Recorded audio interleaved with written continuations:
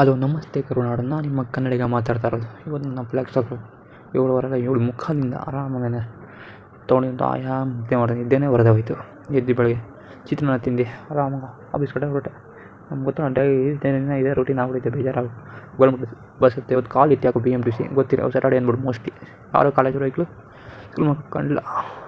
ಏನೋ ಸ್ವಲ್ಪ ನಾರ್ಮಲ್ ನಮ್ಮದು ಎಲೆಕ್ಟ್ರಾನ್ ಸಿಟಿ ಕಡೆ ಇರಲಿ ನಡ್ಕೊಂಡು ಹೋದೆ. ನಮ್ಮ ಆಫೀಸ್ ಮುಂದೆ ಡೈಲಿ ತೋರಿಸ್ತಾರೆ ಆರಾಮ್ ಟೀ ಕುಡ್ದು ನಂತರ ನಮ್ಮ ಹುಡುಗರು ಪಾರ್ಟಿ ಕೊಡ್ತಾರೆ. ಜೀವ ಬಿಡ್ತಾರೋ ನಂತರ ಔಟ್ ಟೈಮ್ ಆಯಿತು. ಊಟ ಮಾಡ್ಕೊಂಡು ಸ್ವಲ್ಪ ಬ್ಯಾಟ್ರಿ ವರ್ಕ್ ಇತ್ತು.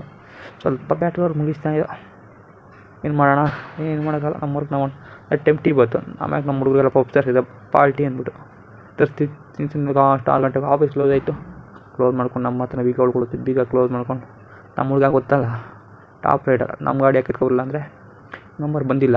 ಅದಕ್ಕೋಸ್ಕರ ಅಲ್ಲೇ ಬಿಟ್ಟು ನಮ್ಮ ಹುಡುಗಂದ RS100 ಎತ್ಕೊಂಡು ಬಂದ.